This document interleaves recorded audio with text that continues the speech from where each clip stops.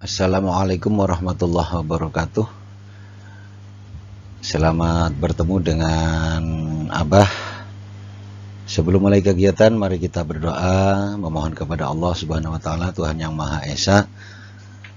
Mudah-mudahan apa yang akan kita laksanakan hari ini mendapat manfaat dan ada hikmah di balik semuanya. Berdoa kita mulai.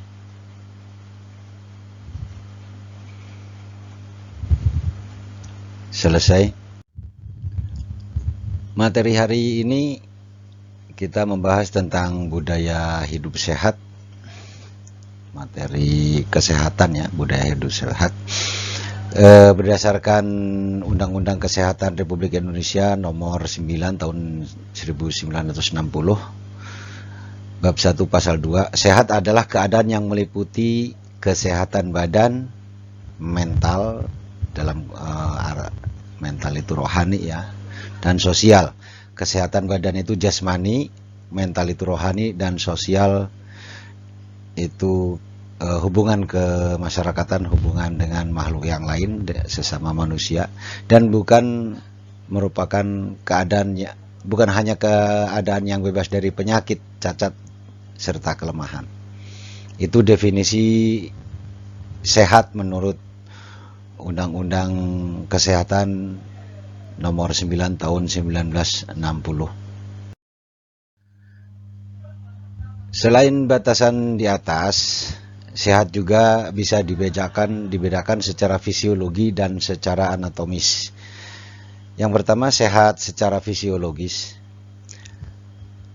Itu apabila organ-organ yang ada pada tubuh kita berfungsi secara normal dan baik, misalnya jantung, paru-paru, ginjal, sistem peredaran darah, ya, sistem pencernaan, lambung, usus dan lain sebagainya, itu berfungsi secara normal.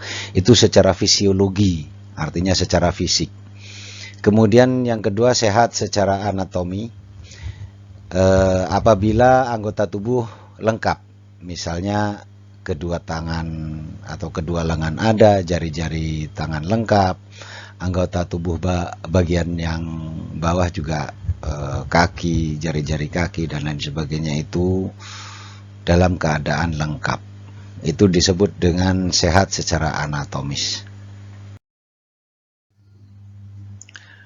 Yang berikutnya, kesehatan seseorang dipengaruhi oleh beberapa faktor.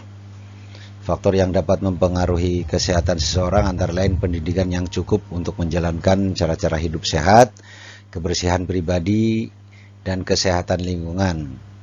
Hidup yang teratur, perumahan lingkungan yang sehat dan nyaman, ketersediaan air bersih yang cukup untuk keluarga, kemudian pembuangan air limbah dan sampah yang baik, makanan yang bergizi, berkualitas, kemudian vaksinasi, pemberantasan vektor penyakit ya, artinya di sini ada penyemprotan hama, disinfektan dan lain sebagainya. Kemudian olahraga secara teratur serta menjaga berat badan yang normal. Itu merupakan faktor yang berpengaruh terhadap kesehatan seseorang. Berikutnya, kesehatan pribadi. Kesehatan pribadi adalah segala usaha dan tindakan seseorang untuk menjaga, memelihara dan meningkatkan derajat kesehatannya sendiri dalam batas-batas kemampuannya agar mendapatkan kesenangan hidup dan mempunyai tenaga kerja yang baik. Artinya begini, ketika seseorang berusaha untuk selalu menjaga kesehatan pribadinya dengan melakukan pola-pola hidup sehat seperti yang disampaikan tadi, itu merupakan definisi dari kesehatan pribadi. Jadi kesehatan pribadi segala usaha dan tindakan seseorang untuk menjaga, memelihara dan meningkatkan derajat kesehatannya sendiri dengan dalam batas kemampuannya. Itu tentang kesehatan pribadi.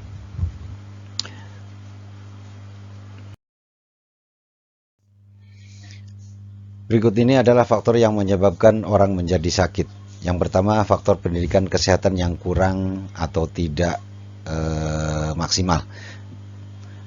Artinya ketika seseorang tidak memahami pendidikan kesehatan, bagaimana dia bisa menjaga kesehatan, kemudian tidak memahami dan tidak mampu memaksimalkan fasilitas kesehatan yang ada, bagaimana dia bisa menjaga kesehatan. Kemudian seandainya sakit, harusnya kan dia, orang yang sakit itu berobat ke puskesmas atau ke rumah sakit atau ke dokter lah, paling tidak ke klinik ya.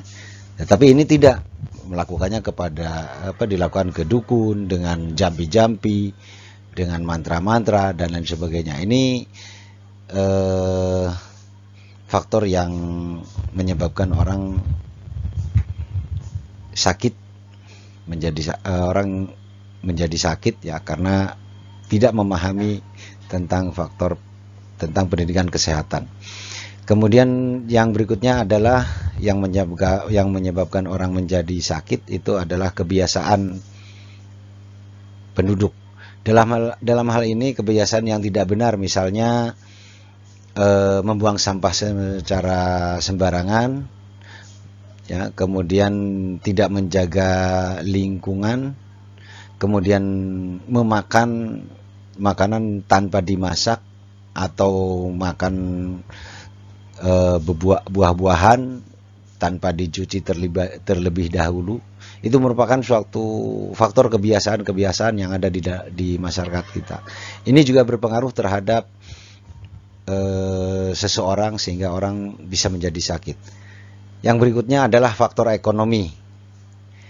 Nah, faktor ekonomi ini sudah jelas ya tentang keadaan perekonomian keluarga. Apakah dia memiliki faktor ekonomi yang baik, ataukah dia yang memiliki yang buruk, itu berpengaruh terhadap kesehatan, tentunya kesehatan pribadi. Yang berikutnya adalah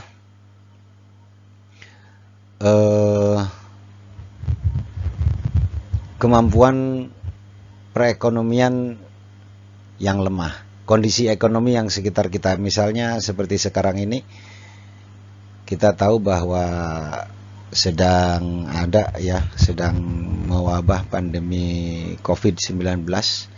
Ini juga berpengaruh terhadap kesehatan kita. Jadi bukan hanya kondisi perekonomian keluarga, tetapi juga ke kondisi ekonomi dari orang-orang yang sekitar kita, sehingga ketika sakit dia tidak mampu untuk berobat ke dokter. Kalau tadi di bagian perekonomian keluarga atau masyarakat itu ada pengaruh terhadap kesehatan, penyebab kesehatan. Nah, ketika sakit karena ekonominya tidak mampu, ya, maka dia bisa jadi tidak berobat ke dokter, gitu. Itu yang menyebabkan beberapa faktor yang menyebabkan orang bisa menjadi sakit. Upaya untuk menjaga kesehatan pribadi diantaranya adalah memelihara kebersihan diri. Memelihara kebersihan diri itu diantaranya adalah mandi 2 kali sehari, kemudian menggosok gigi ketika hendak tidur dan sesudah makan, kemudian pagi hari setelah bangun tidur itu membersihkan tempat tidur, kemudian menjaga kebersihan rambut, kuku, hidung dan lain sebagainya. Kemudian menjaga kebersihan pakaian. Pakaian selain dicuci juga tentu harus disetrika agar pakai pakaian rapih dan bersih, ya. Termasuk diantaranya adalah kaos kaki sebagai alas sepatu, ya, sebagai alas yang tiap hari kita pakai, itu kita harus jaga kebersihannya. Jangan sampai nanti kita menggunakan kaos kaki yang berminggu-minggu, berhari-hari, berminggu-minggu tidak dicuci. Merasakan sendiri kan bagaimana rasanya, ya. Ya begitulah, orang-orang yang mencium bisa jadi pingsan ketika ada kaos kaki yang jarang dicuci, Ya. Kemudian berikutnya adalah menjaga kebersihan kamar tidur, lingkungan dalam rumah. Itu juga kita harus jaga kebersihannya sehingga kita bisa dan membiasakan untuk menjaga kesehatan pribadi kita. Yang berikutnya, menjaga kesehatan pribadi itu harus mampu memilih makanan yang bergizi, seimbang ya, sehat dan bergizi. Kalau dalam agama Islam itu halalan toyiban, artinya begini, ketika yang dimakan itu adalah dari barang atau dari belanja yang halal, bukan hanya halal tetapi juga tentunya baik ya, toyib itu baik. Baik di sini tentunya memenuhi unsur-unsur 4 sehat 5 sempurna seperti yang telah disampaikan beberapa waktu yang lalu gitu. Jadi ketika kalian masih SD barangkali sering mendengar 4 sehat 5 sempurna. Nah, diantaranya ya makan makanan yang mengandung karbohidrat, yang mengandung vitamin, yang mengandung mineral, kemudian protein dan lain sebagainya. Itu merupakan makanan yang bergizi ya, yang bisa menimbulkan sehat dan gizinya seimbang. Hal ini tentunya berpengaruh ketika makanan yang kita makan tidak berimbang, misalkan terlalu banyak karbohidrat, kemudian kita tidak membiasakan diri dengan membakarnya. Cara membakar karbohidrat itu adalah dengan berolahraga, maka terjadi ketidakseimbangan pada diri kita. Kalau seandainya terlalu berlebihan, maka bisa jadi obesitas ya, kelebihan gizi, itu tidak baik. Kemudian kalau seandainya makannya kurang, tidak seimbang, tidak memenuhi unsur 4 sehat 5 sempurna, itu juga membuat badan menjadi tidak seimbang dalam hal kesehatannya, bisa jadi menjadi sakit dan lain sebagainya. Jadi intinya kita bukan hanya harus memelihara makanan dengan gizi seimbang, tetapi juga kita harus menerapkan pola hidup yang sehat, diantaranya ya dengan berolahraga sebagai cara untuk membakar lemak, untuk membakar kalori yang kita masukkan melalui konsumsi makanan kita. Kebiasaan kita sehari-hari ya, misalnya istirahat dan tidur, itu termasuk hal yang berpengaruh terhadap kesehatan ya. Tidur minimal itu 8 jam ya, maksimal 8 jam dan minimal itu 6 jam. Itu tidur yang sehat. Pada malam hari mulai tidur jam sekian, kemudian bangun jam sekian, itu harus tertata, terjadwal dengan rapi, sehingga kesehatan kita juga akan terjaga. Seandainya orang kurang tidur bagaimana? Mungkin kalian akan merasakan seandainya orang yang kurang tidur itu matanya sayu, muka pucat, badannya lemes ya, malas dan kurang bergairah. Itu seandainya kurang tidur. Begitu juga dengan kebanyakan tidur, sama saja itu ya. Oleh karena itu, jaga istirahat dan tidur kita agar seimbang, sehingga kita bisa terjaga kondisi badan kita tidak mengalami sakit ya. Jadi seperti itu. Nah, sekarang bagaimana kita untuk meningkatkan daya tahan tubuh, stamina tubuh kita. Stamina tubuh kita selain dengan asupan makanan yang bergizi, kita juga harus mampu untuk melakukan aktivitas gerak. Misalnya dengan cara olahraga yang secara teratur, kemudian melakukan latihan-latihan fisik secara kontinu ya. Ini akan bisa menurunkan hal-hal yang tadinya negatif atau hal-hal yang bisa menyebabkan sakit, itu kita bisa hindari dengan cara meningkatkan daya tahan tubuh, yaitu dengan berolahraga. Ya, olahraga itu bagus untuk menurunkan tekanan darah, kemudian menurunkan berat badan, kemudian meningkatkan gairah hidup, menurunkan kadar kolesterol dan lemak, kemudian resiko gangguan jantung dan pembuluh darah juga, serta tulang-tulang serta dan persendian menjadi kuat. Ya, jadi dengan olahraga yang teratur itu tentunya secara fisik itu akan terpengaruhi, akan lebih menjadi sehat, kemudian akan menjadi lebih bergairah gitu. Kemudian apalagi pada kalian yang sekarang dalam masa pertumbuhan, ya, masa pertumbuhan harus banyak makan makanan yang bergizi dengan gizi seimbang, ya, 4 sehat 5 sempurna. Kemudian dibarengi juga dengan olahraga yang teratur, dibarengi juga dengan istirahat, ya. Jadi jangan malam setelah BDR selesai melaporkan tugas, kalian masih tetap melek untuk melakukan bermain game online dan lain sebagainya. Bermain game online itu hal yang apa ya, menurut Bapak itu hal yang sia-sia. Kenapa Bapak katakan sia-sia? Satu, sudah pasti kalau game online itu menyedot kuota. Yang kedua, mata harus tetap terbuka, sementara kan kemampuan mata itu ada batasnya. Kemudian aktivitas geraknya itu, yang bergerak hanya ibu jari biasanya kalau yang main game online itu, ya.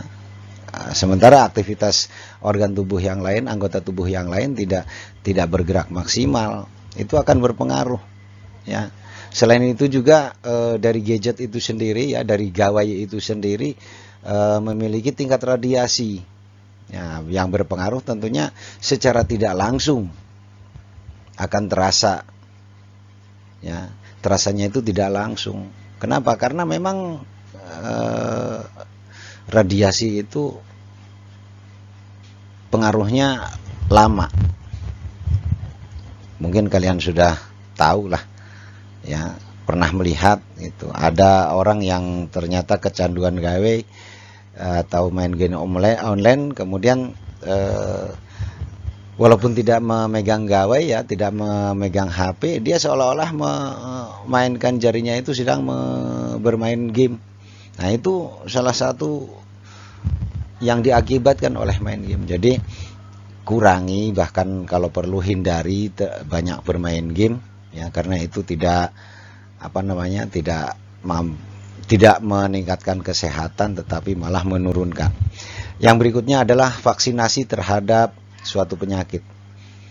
Ya, cara meningkatkan daya tahan tubuh selain berolahraga juga vaksinasi terhadap penyakit. Misalnya vaksin DPT, ya, beberapa waktu yang lalu, barangkali tahun kemarin, ya, kalian mendapat vaksinasi. Itu adalah salah satu cara untuk meningkatkan daya tahan. Dari apa? Dari serangan penyakit tentunya. Kalau difteri apa imunisasinya? DPT, difteri dan pertusis dan lain sebagainya. Kemudian BCG, ya, mungkin kalian pernah dengar itu. Jadi itu diantaranya hal-hal yang diharapkan untuk meningkatkan daya tahan tubuh. Selanjutnya adalah menghindari terjangkitnya penyakit. Yang pertama adalah membiasakan diri dengan menjalankan aturan kesehatan. Ya, sudah disampaikan tadi aturan kesehatan itu bagaimana.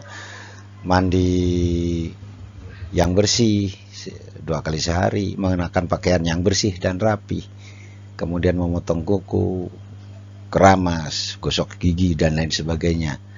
Itu menjalankan aturan kesehatan. Kemudian mengkonsumsi makanan yang bergizi dengan gizi seimbang, melakukan olahraga yang teratur. Itu adalah cara-cara menghindari terjadinya penyakit.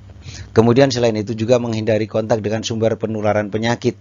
Misalkan begini, Ada di antara teman kita itu memiliki penyakit, ya katakanlah maaf ya, penyakit paru-paru misalnya, entah itu TBC, ya itu yang kemudian pilek dan lain sebagainya. Itu kita hendaknya menghindari kontak dengan orang yang menjadi sumber penularan penyakit. Apalagi sekarang masa COVID nih, rame kan masa COVID itu. Penularannya melalui apa? Melalui mata, melalui hidung, melalui mulut. Nah, jadi kita upayakan untuk menghindari. Selain itu, kita juga mengikuti aturan-aturan yang telah ditetapkan oleh protokol COVID, misalnya mengenakan masker ya sebagai pencegahan, kemudian mencuci tangan, ya menjaga jarak. Itu diantaranya untuk menghindari terjadinya penyakit, khususnya kalau yang corona ya sekarang yang sedang mewabah, ya kita tetap protokol kesehatan harus tetap kita terapkan. Kemudian bagaimana sih cara meningkatkan taraf kecerdasan dan rohani? Yang pertama, untuk taraf kecerdasan itu kita mesti membaca ya, sering membaca, kemudian sering melihat sesuatu, tentunya itu memerlukan taraf kecerdasan bisa meningkat. Kemudian kalau seandainya matematik misalnya, bagaimana? Ya matematik harus berlatih.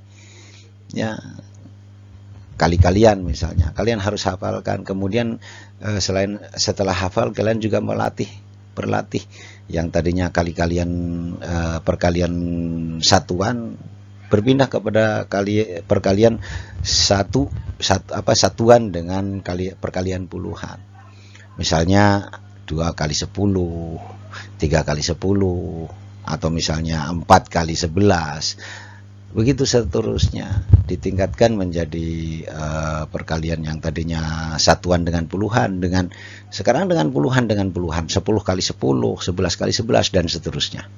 Itu harus tetap dilatih sehingga taraf kecerdasan akan semakin meningkat melalui membaca dan berlatih.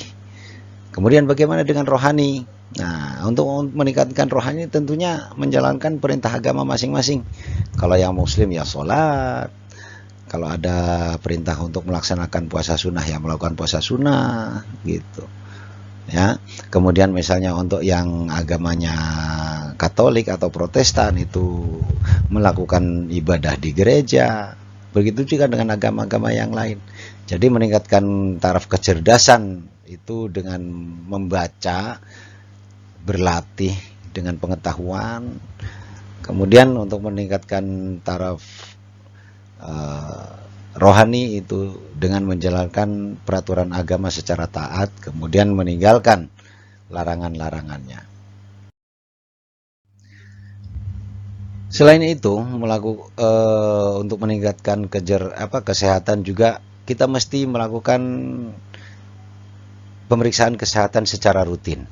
Kalau bahasa kerennya medical check up, ya medical check up. Secara periodik, secara rutin, kemudian mengikuti gerakan imunisasi yang biasanya digalakkan oleh pemerintah. Misalnya bulan sekian ada imunisasi campak, ikut. Bulan sekian kemudian difteri, ikut, dan lain sebagainya. Itu merupakan salah satu cara untuk meningkatkan daya tahan dan meningkatkan kesehatan. Kemudian melakukan kebiasaan sehat lainnya, diantaranya menjauhi narkoba, ya, menghindari minuman yang beralkohol dan lain sebagainya. Kemudian tidak merokok dan lain sebagainya. Ya, itu kebiasaan-kebiasaan hidup sehat. Nah, sekarang bagaimana dengan kesehatan lingkungan? Orang akan bisa dikatakan sehat sempurna jika jasmani sehat, mental sehat, kemudian lingkungan sosialnya pun sehat. Lingkungan di sini bukan hanya lingkungan kondisi lingkungan yang bersih ya, tetapi juga kondisi lingkungan sosial. Misalnya yang dimaksud dengan kondisi lingkungan sosial itu adalah antar tetangga. Terjalin hubungan baik antar tetangga ya, tidak ada selisih paham dan sebagainya. Itu merupakan salah satu ciri lingkungan sosial yang sehat. Tetapi seandainya di antara tetangga misalnya ada yang bertengkar, berselisih paham, kemudian tidak tidak saling mengenal satu dengan lainnya, itu bukan merupakan ciri lingkungan sosial yang sehat. Nah, ini akan berpengaruh terhadap kesehatan itu orang itu sendiri, gitu ya. Kemudian ketika orang memiliki kesehatan lingkungan secara fisik, misalnya sanitasi air yang baik, kemudian adanya di rumah itu adanya ventilasi rumah, cukup penerangan bagian dalamnya, itu merupakan kesehatan lingkungan yang baik secara fisik. Tetapi secara sosial itu antar manusianya, orang dengan orang, itu kesehatan lingkungan, ya, sosial dan fisik, kesehatan fisiknya. Oke, sekarang sejalan dengan pesatnya perkembangan ilmu pengetahuan dan teknologi, maka perhatian untuk kesehatan juga semakin besar. Nah, diupayakan berbagai usaha untuk mempertahankan dan meningkatkan kesehatan lingkungan. Ya, di antaranya untuk meningkatkan kesehatan lingkungan itu memberantas sumber penyakit menular. Nah, ya misalnya kalau dulu ada penyakit yang bagaimana sih Pak pemberantasan penyakit menular itu? Nah, kalau sering kita mendengar ada yang namanya DBD, ya, demam berdarah. Apa sih penyebabnya? Apa sih sumbernya? Nah, sumbernya adalah dari nyamuk, ya, dari nyamuk demam berdarah. Maka di salah satu cara memberantasnya adalah dengan menguras bak mandi, ya, membersihkan, mengubur kaleng-kaleng dan tempat yang bisa menampung air, ya, yang 3M itu, menguras, mengubur, membersihkan, ya. Kemudian itu diantaranya, kemudian mengobati penderitanya, ya, pemberantasan sumber penyakit menular itu misalnya dengan mengobati penderitanya, ya, yang sakit diobati, yang kena DBD tadi, kemudian diupayakan tidak terjadi penularan, gitu. Itu membebaskan kuman penyakit pada pembawa penyakit. Jadi pembawa penyakitnya apa? Itu kuman, itu dibebaskan. Kemudian berikutnya adalah menghilangkan vektor penyakit. Vektor itu ya penyebabnya, ya. Tempat inkubasi, tempat di mana sumber penyakit itu ada. Misalnya di kolam-kolam, ya, kolam-kolam yang jarang dibersihkan. Kemudian adanya kaleng-kaleng bekas yang menampung air, itu adalah vektor atau penyebab penyakit. Jadi itu harus dihilangkan. Yang membiasakan membersihkan bak mandi, membiasakan membuang sampah pada tempatnya, kemudian mengubur kaleng-kaleng bekas dan lain sebagainya. Itu cara menghilangkannya, menghilangkan vektor, ya, penyebab. Selain itu juga harus diupayakan adanya peningkatan taraf hidup rakyat, taraf hidup masyarakat, ya, diantaranya dengan memberi penerangan dan perbaikan gizi. Penerangan artinya gini, penyuluhan tentang gizi, kemudian pemberian bubur, konsumsi bubur gratis di posyandu dan lain sebagainya, itu diantaranya. Kemudian pengawasan terhadap penyebaran dan gangguan obat-obatan dan makanan, ya, pengawasan terhadap penyebaran apa? Penyebaran penyakit, gangguan obatannya dan makanannya bagaimana obat-obat itu, apakah masih layak pakai atau sudah tidak layak pakai, itu perlu diawasi, Jangan sampai ada obat yang sudah kadaluarsa, kemudian makanan yang sudah basi, itu tidak dimusnahkan atau bahkan diberikan kepada orang. Nah, itu kan perlu kita waspadai. Itu ya. Kemudian berikutnya adalah peningkatan gizi masyarakat. Nah, peningkatan gizi masyarakat di sini ya membiasakan kepada masyarakat dengan memberikan penerangan, perbaikan gizi dan sebagainya. Bagaimana sih mengolah makanan, membeli makanan yang mentah, kemudian diolah menjadi makanan yang siap saji, itu harus dibiasakan di masyarakat. Kemudian mengadakan vaksinasi dan imunisasi, itu merupakan upaya untuk meningkatkan kesehatan hidup dan taraf hidup masyarakat. Selanjutnya, nah, ini perlu perlu diketahui ya, bagaimana sih mencegah pencemaran terhadap lingkungan. Nah, daerah sekitar kita menuju wilayah Cilegon itu bukan sering ya, kita bisa lihat bagaimana banyak terdapat industri, daerah industri. Nah, bagusnya daerah industri itu jauh dari pemukiman penduduk, sehingga memiliki jarak yang aman. Nah, gitu. Makanya ada beberapa daerah di sekitar wilayah industri kita itu yang masyarakatnya diminta untuk pindah. Kenapa? Karena bisa terjadi pencemaran terhadap lingkungan yang mengakibatkan orang yang berada di sekitar daerah industri itu memiliki kesehatan yang tidak baik. Akibat apa? Akibat adanya polusi. Ya. Kemudian selain itu juga apa yang harus dilaksanakan? Nah, diharapkan ada penyaring udara agar udara yang berada di sekitar kita itu selalu bersih, ya minimal tertahanlah kotor-kotorannya. Nah, ini tentunya dengan penyaringan udara itu dimiliki oleh setiap pabrik. Ya, misalnya di cerobong asapnya itu ada penyaring udara. Selain itu juga pabrik harus memiliki bak penampung limbah cair, sekaligus juga mengadakan daur ulang terhadap zat yang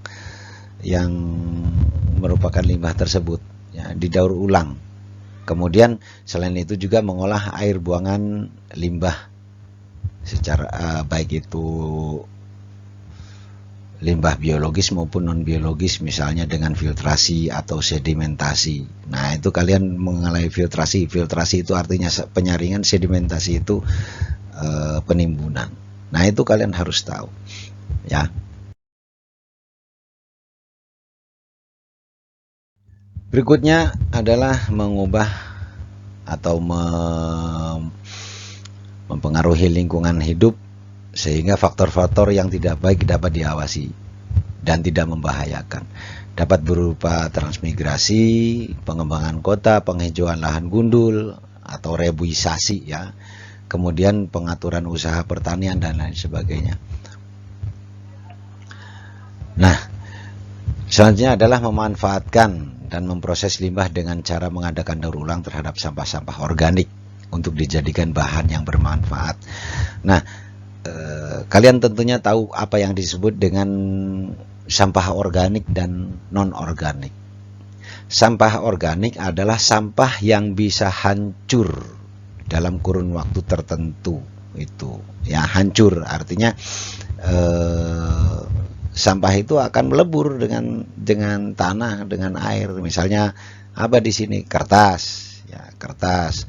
Kemudian daun-daunan, ya,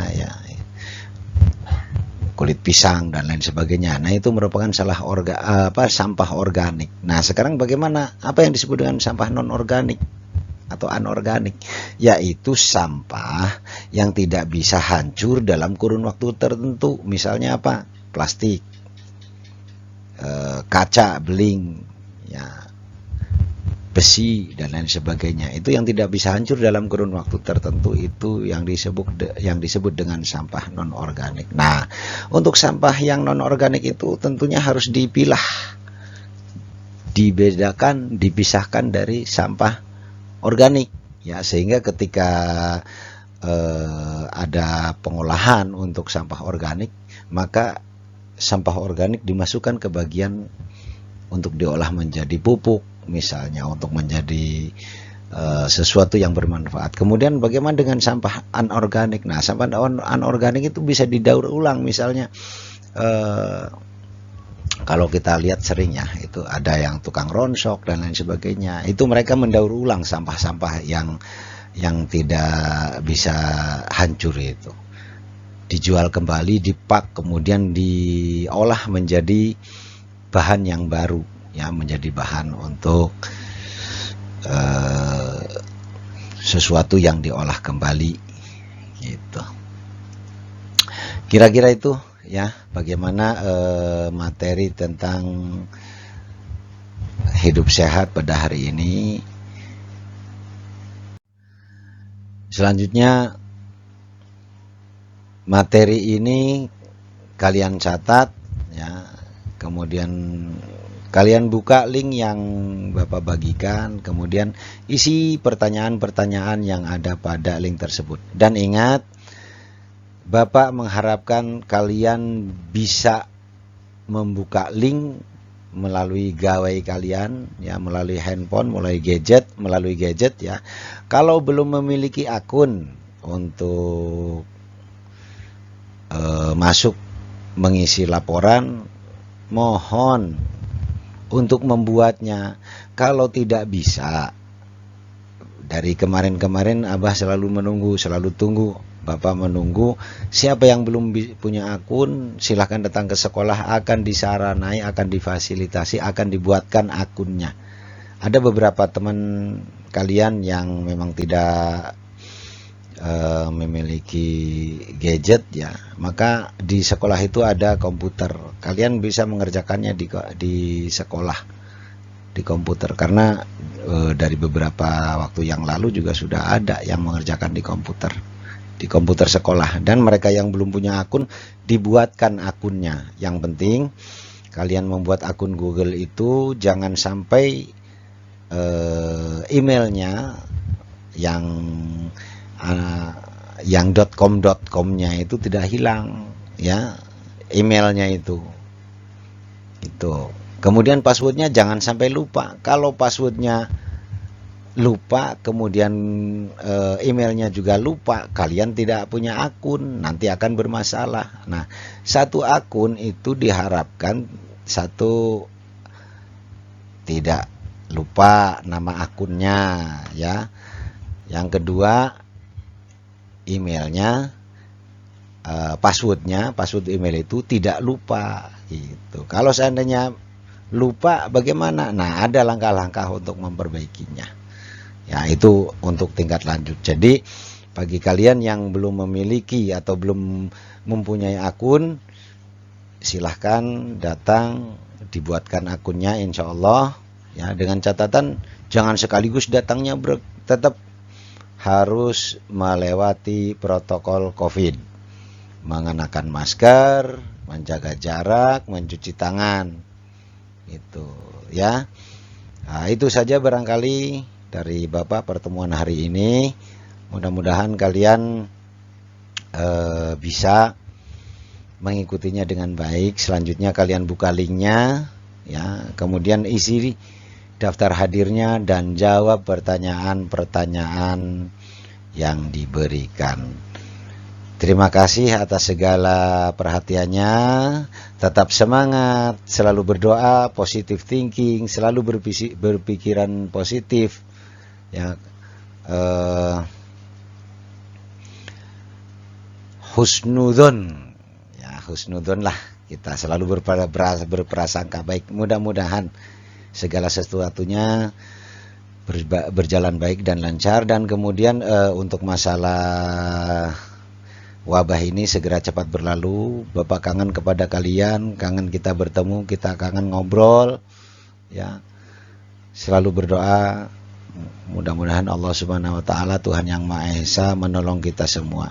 Terima kasih. Pertemuan hari ini ditutup dengan billahi taufik wal hidayah. Wassalamualaikum warahmatullahi wabarakatuh.